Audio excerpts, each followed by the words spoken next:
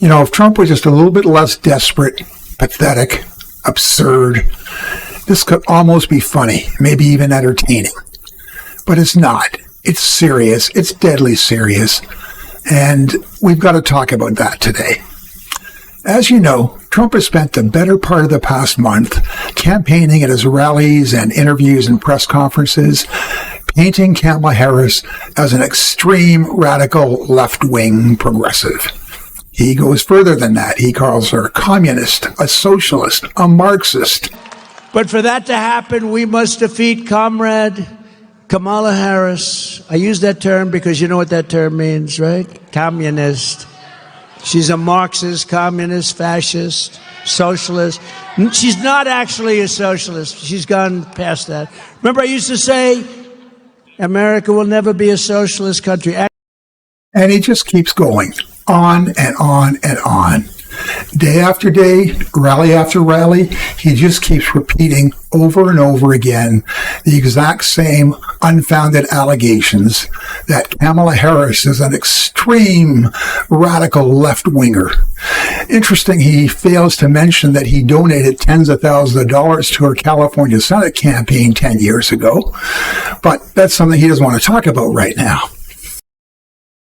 Needless to say, his MAGA followers are swallowing this raw and loving it. It gives them a simplistic, one-line talking point that they can throw in people's face anytime they want to. Kamala Harris, she's a Marxist. Yeah, she's a communist. She wants to take the country to socialism. Everybody knows that. I mean, come on. She's a Marxist, like Karl Marx. Ask any one of them what they mean or what the terms mean. They haven't got a clue, other than Donald Trump told them to say that and told them that's what's going on. In reality, I don't think Trump knows what a socialist or a Marxist is, because if he did, he would not be proposing the economic policies he's proposing right now. I got to tell you the truth. He is being more socialist than the most extreme of the Democratic Party's left-wing progressive caucus. His current economic proposals take America closer to socialism than it has ever been before.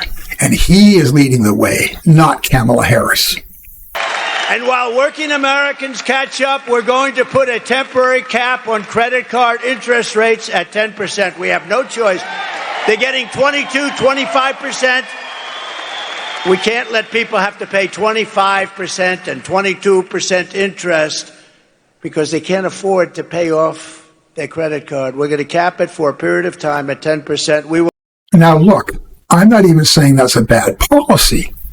The banks and the credit card companies get no sympathy from me whatsoever.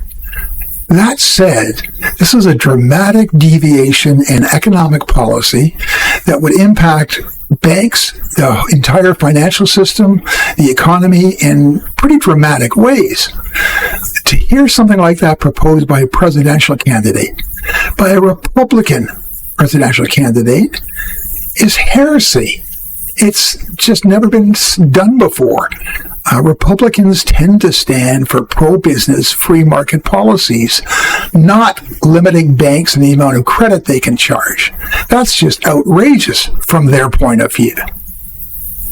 Last time we heard something like this, interestingly enough, was back in 2019, when an idea was floated and proposed and actually legislation put on the floor of Congress by Bernie Sanders and Alexandria Ocasio-Cortez, basically proposing to limit credit card interest to 15%.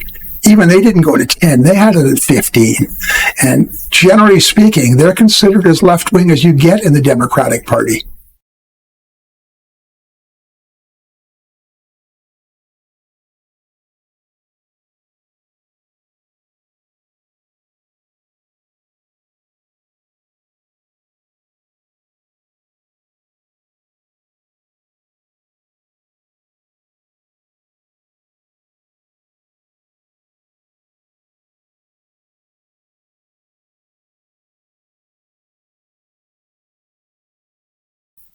And needless to say, it sounds like this is a policy Trump came up with all by himself.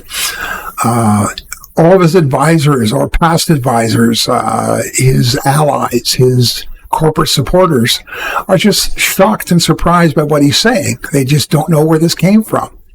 Everybody from Mick Mulvaney, his former chief of staff, to the Wall Street Journal editorial board, all of them are speaking out asking, what are you talking about? Here's how Politico reported the story. The Wall Street Journal's editorial board compared Republican presidential nominee Donald Trump to Senator Bernie Sanders following Trump's announcement that if he were reelected, he would instate a temporary 10% cap on credit card interest rates. The former president made the surprise pledge, which would require congressional approval, during a rally last week. In Trump's effort to micro-target working-class voters, the board wrote in their Sunday piece, he's bidding himself into policy and political dead ends. A 10% cap is a price control on credit that would cut off people with poor credit scores, they continued. 10% is even lower than the rate that America's two leading socialists, referring to Representative Alexandria Ocasio-Cortez and Bernie Sanders, proposed in 2019, which was 15%, the board wrote.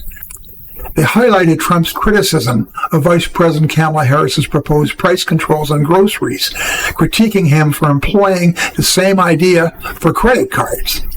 It's bad enough to have a Democratic Party that ignores economics, the board wrote. What's the point of a Republican Party that follows suit? Just another case of Trump talking about things he knows nothing about. Unfortunately, he does that commonly, and he fools a lot of people into thinking he's some kind of expert.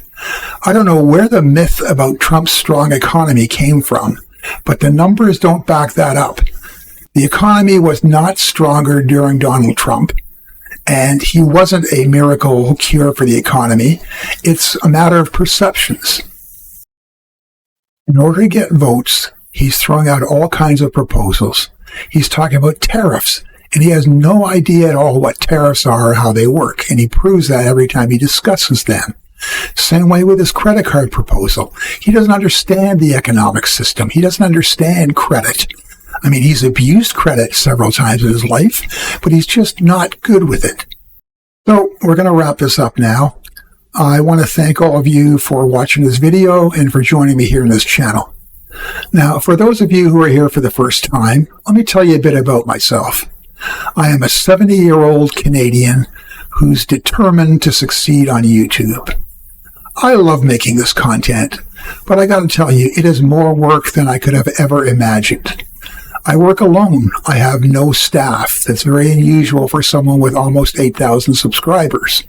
But everything I have to do, the camera work, the lighting, the research, the scripting, the graphics, putting everything together, the promotion, dealing with YouTube, I do it all myself. And I really appreciate when people show me their thanks, and do that by subscribing to the channel, liking the videos, and making comments. That's the best you can do to help me out, and I really appreciate it if you could do that. Once again, have yourself a great week. The election's coming up fast. I'm going to try to make more regular content. If I can get to the point, I'm going to try to do it daily. Thanks again, and have a great one.